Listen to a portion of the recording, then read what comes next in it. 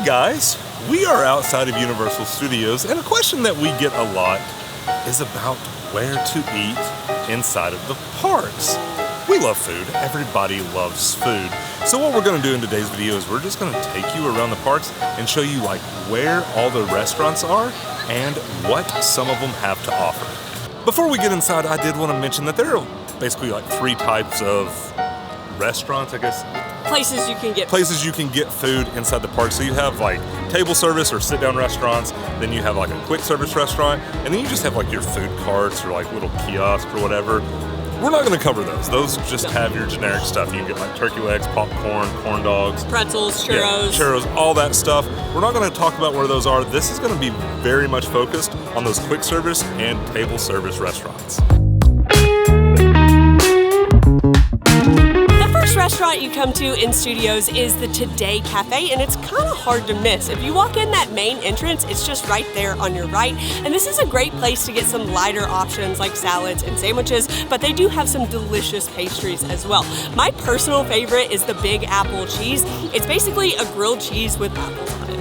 This is honestly one of our favorite places to eat, especially for breakfast. It has some of the best breakfast you'll find in the parks. We think it is the best breakfast you'll find, especially over here in Studios. Now, as far as my favorite, it might be like a seasonal and a limited time thing. They just released, in a video, we covered it already, but it's like a watermelon flatbread. Yeah. It's one of the best things I've ever had in the park, so I really hope that's like a permanent menu item. How we're going to do this is we're just going to make a loop. We should have mentioned that. We're just going to make a loop, and as we come to the stuff, We'll tell you how we got there, all that good stuff, and then just continue around the park.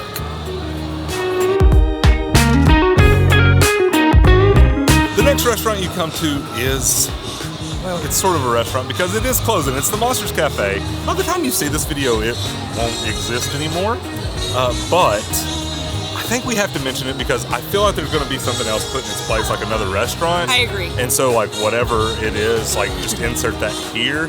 But if we don't mention it, there's a huge gap between Today Cafe and the next restaurant. Right. So we felt like we just needed to make sure this was like a placeholder for whatever takes its place. Yeah, and if you're trying to find this, it is located just across the street from the Music Plaza stage.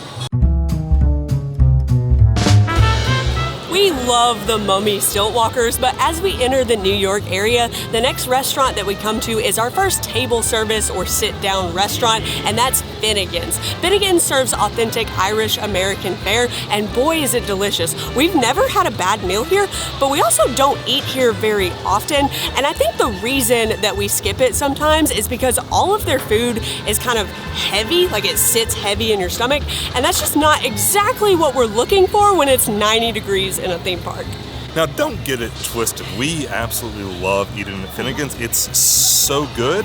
It's just like we said, it's just hot. Now, if you're at the parks when it gets later, like at night, that's one of the best times to come over here because you're looking for dinner, like you're looking for something with a little substance. But my favorite thing over here has to be that Guinness beef stew. Oh, it's good. It's so good. It's just not good when it's 97. It's really good. We also like the chicken stingers. Yes. Those are a favorite of ours. But if you are planning to eat at Finnegans, we do suggest that you get reservations because it can be hard to get in if you're just trying to walk up. Just down the street from Finnegans, you have the best pizza in the park, which is at Louie's. We eat at Louie's all the time. It's definitely one of our go-tos in the park because the pizza actually is pretty good. Especially for theme park pizza, it's so good. I think it's absolutely delicious. They also have pasta and they have sandwiches too. They have a meatball sandwich that I keep saying I'm going to try, but we always go for the pizza. Another good reference point for Louie's is that it is across the street from Starbucks because everybody seems to know where Starbucks is.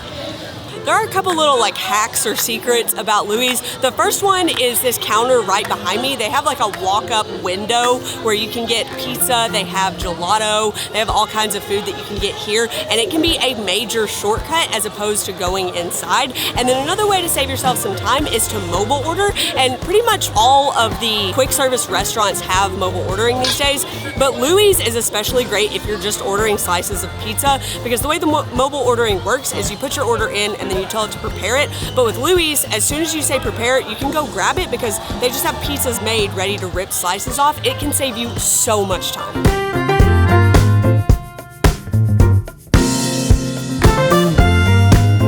Next up on the food tour is, of course, Richters Burgers. Now, Richters is kind of hard to describe how to get there. I mean, it's easy once you know where it's at because it's like right on the main walkway, but like there's nothing really right across from it. So once you pass Fast and Furious, yeah, that ride is just on your right. It's just right over there. Now, as far as like what Richters serves, it's burgers pretty much. So they do have a few options. Like they have a grilled chicken sandwich, and then they have burgers, like different kinds of burgers. Then I think they have a plant-based burger. They do as well. Like I believe I remember seeing that. It tends to be a pretty popular burger spot. Like when you hear people talking about going to get a burger, they talk about Richters. I don't know if it's just because it's the most obvious. Its name is Richter Burger, but yeah, like it stays decently busy. Yeah, I've never seen it just crazy, but I guess people like it. Have we ever eaten there before? I don't think so. I don't think so either. At this point, it's hard to find a restaurant that we haven't eaten at, so we definitely need to try it sometime. But let's make our way on into San Francisco, where there is at least 2 restaurants. The next 2 restaurants are right next to each other. They literally share a building, and a lot of people don't realize that they are completely separate. But the first one you come to is Lombard Seafood Grill, and like the name says, they serve seafood, and it is very good seafood. I think it's personally the best seafood that we've had on property here at Universal. I'm not saying it's the best restaurant, just the best that we have personally had. Lombard's is the second sit-down or table service restaurant in the parks. There are only 2, and it's Finnegans and here. And as far as like our recommendation here, we really like the Fisherman's Basket. I believe that's what it's called. It's just like a big platter of different fried foods. So fried seafood, I mean, you can't go wrong with it. You can't go wrong with fried seafood. Like we've eaten here a few times. They do every once in a while have like a UOAP, like pass holder appreciation food item, and we had like the fries from here not that long ago. Oh gosh, those were so good. And I really like those. But as far as like what we order off the menu, we've almost always gotten that Fisherman's Basket. The next restaurant is right next door, and I mean right next door, and that is the San Francisco Pastry Co. If you're looking for both of these restaurants, they're right before you get into the London area. And another good point of reference is the amazing picture store where you can go and get like those specialty pictures made. It's just across the street from that. Yes! This is one of our favorite restaurants to eat at for lunch. Their sandwiches are so good. They're hot, fresh, and delicious. We also love that they're big enough for Tyler and I to share for lunch and still fill us up. I think we've had every single one of their sandwiches at this point, but our favorite is that hot turkey. They also serve pastries, of course, and they're open for breakfast where you can get those pastries early in the morning.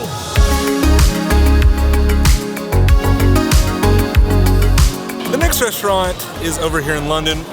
Well, sort of. It's definitely the hardest restaurant to find in the parks, and that's because it's hidden away in Diagon Alley. Just in case you don't know how to get into Diagon Alley, all you have to do is walk past King's Cross, and then you'll see like a little red telephone booth, and just past that you'll see a little entryway in the brick, and that is where you want to head. Hearing the people's reactions like the first time they walk in here is always one of our favorite things in the parks. Yeah, the people behind us were walking in for the very first time, and they were just like dumbfounded that all of this is hidden behind a brick wall. But if you're looking for the Leaky Cauldron, it is immediately to your left. Just because we like to give points of reference, like if you are still having trouble finding the Leaky Cauldron, if you see this like giant who has a bunny on his head, it's right across like that cobblestone path. It's just right across from that. But the Leaky Cauldron is the only restaurant that's located here in Diagon Alley. This is another restaurant that serves breakfast, and we eat breakfast here pretty frequently. Yeah, and it's fine. So like, the potatoes are really good. Yeah, the breakfast potatoes are delicious. And the Scotch eggs are also really good. Yeah. And they have some other items that we haven't tried, I don't guess, but like everything else is just, it's like your standard eggs and bacon and sausage. It's fine, like it's good. Yeah. It's just not like, it's not gonna blow you away. No. We do eat lunch here occasionally. We don't do it that often because it does get really busy because it's like one of the Harry Potter restaurants. Yeah, like people want to go just for the theming, and the theming inside is awesome. I mean, it's the Leaky Cauldron. You have to eat here if you're a Harry Potter fan. Yeah, it is cool to see. But like, I really enjoy the fish and chips. Yeah. Also the cottage pie, that's really good. But this is one of those locations that you can get the butterbeer potted cream, which is like, it is so good.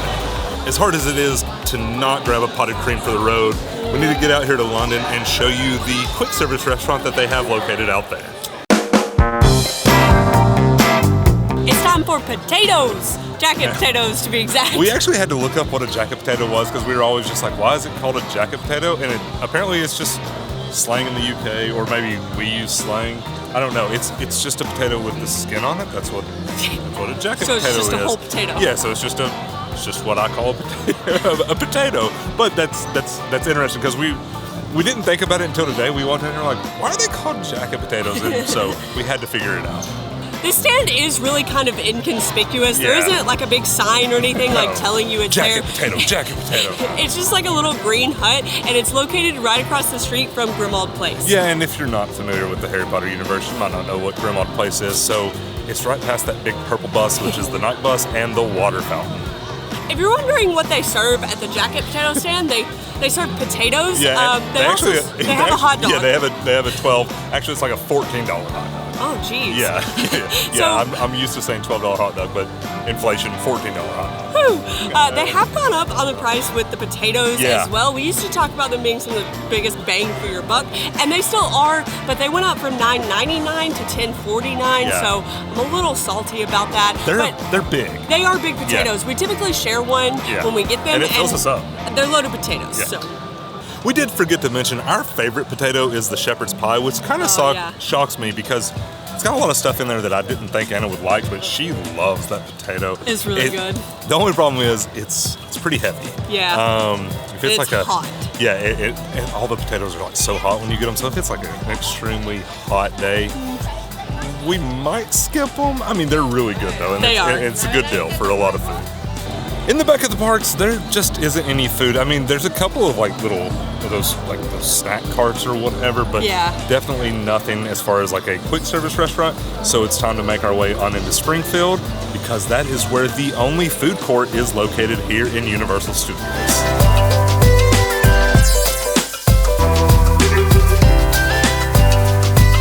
Thing about the Simpsons food court is that it's really 5 restaurants in one, so regardless of how picky any of your family members are, they're sure to find something to eat here. They have the Krusty Burger where they sell burgers, of course. They have Cletus's Chicken Shack where they sell fried chicken. They also have some chicken and waffle sliders that are delicious. The Frying Dutchman has fried seafood. The shrimp are pretty good there. And then Luigi's serves pizza, which their pizza is shockingly good. Not quite as good as Louie's, but it's still worth getting. And then they have Lisa's Tea House of Horror, where they serve cold grab-and-go sandwiches that are a great option as well. I also like that this restaurant is like cafeteria style, where they have all of the restaurants and you walk up and order, and then once your family has everything that you want, then you go check out. So if you want fried chicken from Cletus's and somebody else wants a Luigi's pizza, you don't have to like pay twice. As far as where it's at, it's really hard to miss because it makes up like half of Springfield. Yeah. If you need a point of reference, like Lard Lad, the big Lard Lad guy holding the giant donut, right across the street from that, you can find the entrance. And then we have to take that very long walk over to Bumblebee Man Tacos, so we'll do that. And we're here because it's right next door. You know that statue I told you about, the point of reference, the Lard Lad statue? It's right next to it. Bumblebee Man's Tacos is one of the most popular places here in the parks. I know it looks dead behind us, but that's because it's like 5 o'clock. Yeah. And so there's not really much rush for food right now, but you will always see this extremely busy, and that's because the tacos are pretty good. Like, they're fine. Yeah. They actually got rid of our favorite one. They used to have like some sort of like Korean taco or something that was, it was so good. That was delicious, but of the ones that they have left, we really enjoy the carne asada. So if you come over here, you do basically have 3 options. You can get chicken, pork, or beef, and they are all served with tortilla chips. And like we said, they're pretty good. I mean, there's a reason that it stays busy.